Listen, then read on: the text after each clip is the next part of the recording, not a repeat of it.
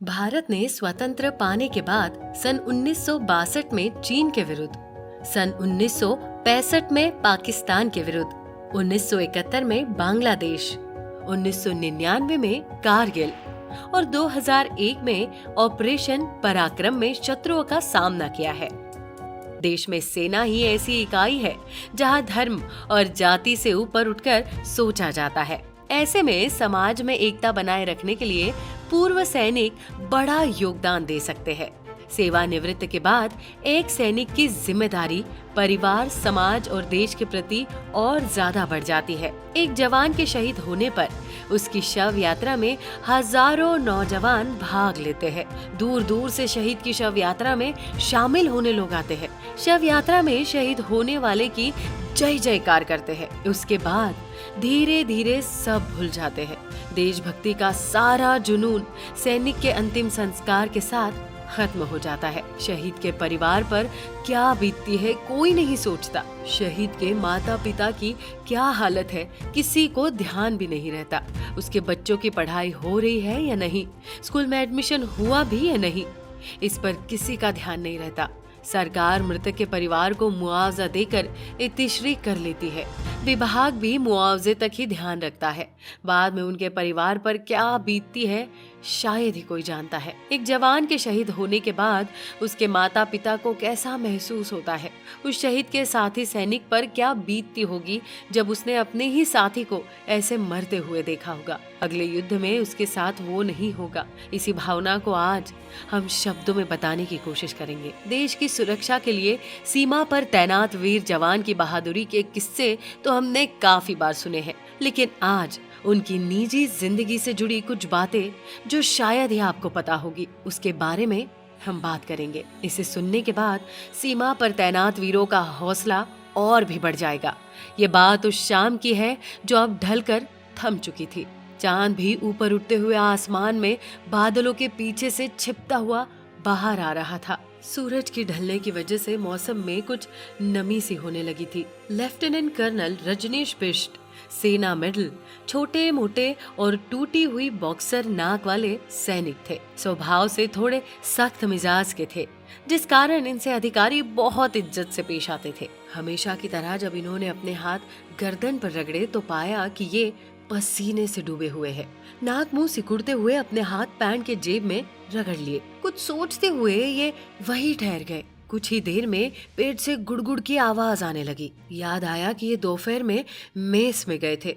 Mess में हमेशा की तरह ये उस डाइनिंग टेबल पर अकेले ही बैठे थे, जिस पर बैठकर 18 लोग आराम से एक साथ खाते थे, जहाँ चम्मच हमेशा दाएं पर, फोक बाएं और खाना खाने के बाद मीठा खाने वाली चम्मच हमेशा सामने लगी होती थी। मनोहर, जो कि मेस में एक वेटर था, जल्दी खाने की थाली लगाई पोर्सलिन की कटोरिया में, जिसमें नीले रंग का पैरा रेजिमेंट लोगो एकदम सही मिलिट्री के साथ लगा हुआ था। मनोहर ने गर्मा गर्म चावल, दाल, चिकन करी, सलाद आदि आकार के अनुसार सजा कर रखे गए।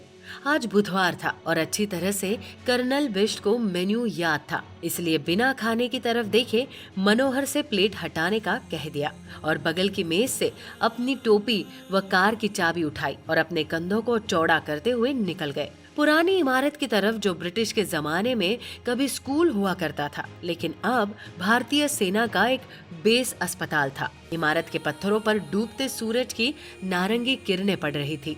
इन्होंने जब पहली बार इस इमारत की लाल छत देखी तो इसके चुंबकीय मेहराब थे और उन बेरंग पत्थरों पर चढ़ते सफेद बोगनवेल के फूल थे जो उन्हें आकर्षित कर रहे थे। लेकिन आज बिष्ट ने इस और बिना देखे सीढ़ियों पर तेजी से चढ़ते हुए लंबे खाली पड़े कॉरिडोर पर चल रहे थे, जिनके लटकते लाइट बल्ब हरे टीन शेड पर ऐसे लग रहे थे जैसे वे चीनी मछुआरे की टोपियां हो, और उनकी वर्दी में पीला रंग उन्हें पीतल सा लग रहा था। बल्ब पे उस लाइट में उनके कंधों पर लगे स्टार बहुत चमक रहे थे। उन्होंने अपने कदम इंटेंसिव केयर यूनिट की ओर बढ़ाए और उन बातों को याद करने लगे जिसे 15 दिनों से भी ज्यादा हो गए थे। वे अपने ऑफिस से समय निकालकर वहां हर दिन में 2 बार आते थे और कभी कभी तो 3 बार भी आ जाते थे। वे आईसीयू के सामने रुक गए, जिसमें लिखा हुआ था इस बिंदु के बाद कोई भी आगंतुक का प्रवेश वर्ज्य है। वे दरवाजे के आयताकार शीशे के पैनल से अपनी गर्दन को उचकाकर अंदर की ओर देख रहे थे। उन्हें पता था कि वो क्या देख रहे हैं। ऐसा लग रहा था कि 15 दिन पहले किसी फिल्म ने जिंदगी का कोई लम्हा कैद कर लिया हो। दरवाजे की दूसरी तरफ सफेद बिस्तर में उनकी कंपनी के second in command major Abhay Singh Rathore शौर्य चक्र और सेना मेडल स्थिर एवं बेजान से पड़े हुए थे। वे वेंटिलेटर पर थे। भीगी पलकों के साथ, आंखों में आंसुओं के साथ बिष्ट उन्हें चुपचाप देखते रहते, जैसे वे उन्हें हर दिन देखते थे।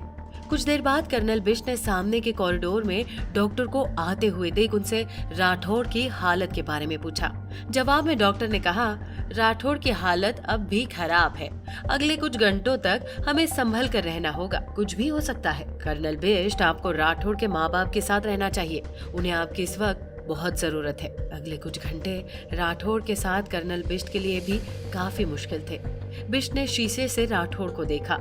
राठौड़ के गालों की हड्डियां दिखने लगी थी। होठ पीले और खून से रहित दिख रहे थे।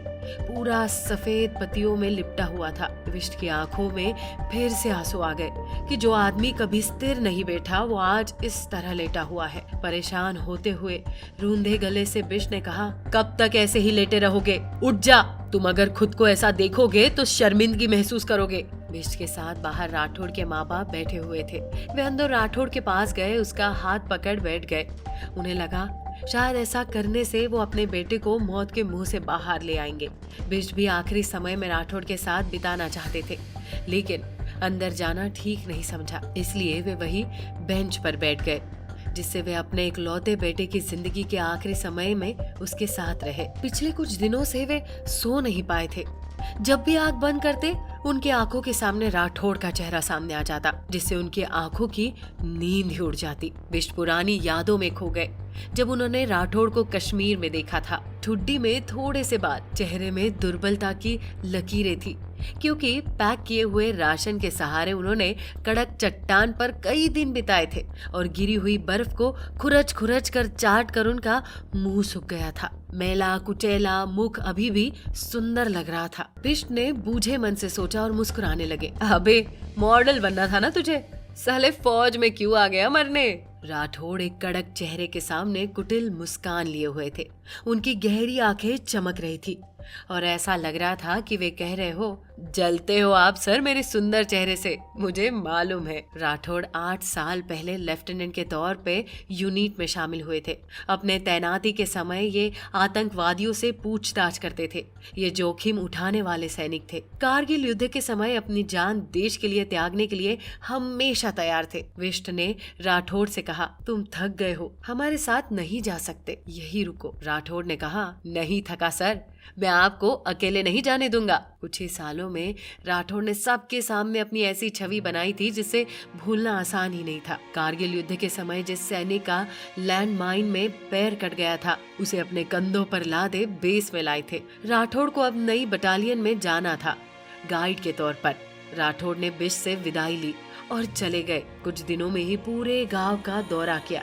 तभी आतंकवादियों ने उनके गले में गोली मारी, जो उनके गले को चीरते हुए दूसरे सैनिक के छाती में लगी और वो सैनिक वही शहीद हो गया। बुलेट राठौड़ की सांस की नली को छू भी नहीं पाई थी। राठौड़ बच गए और रेजिमेंट में हीरो की तरह वापस आए। बिष्ट की आंखें इन पुरानी यादों से फिर भर आई कि अगर वो मनहूस दिन नहीं आया होता तो आज राठौड़ इस हालत में नहीं होता। बिष्ट फिर यादों में खो गए। 15 दिन पहले राठौड़ बिष्ट के घर खाना खाने गए थे। वहाँ दोनों ने खूब बातें की और फिर राठौड़ बिष्ट से ये कहकर चले गए कि अगले दिन फायरिंग की रेंज में उनकी ड्यूटी है। बिष्ट किसी तरह याद से बाहर आए और अंदर राठौड़ के पिता के पास जाकर बोले, सर क्या मैं आपके लिए कॉफी लेकर आऊं? ब्रिगेडियर राठौड़ ने कहा, नहीं, बाहर चलो। दोनों बाहर गए और उस दिन का जिक्र करने लगे जिस वजह से राठौड़ आज यहाँ है।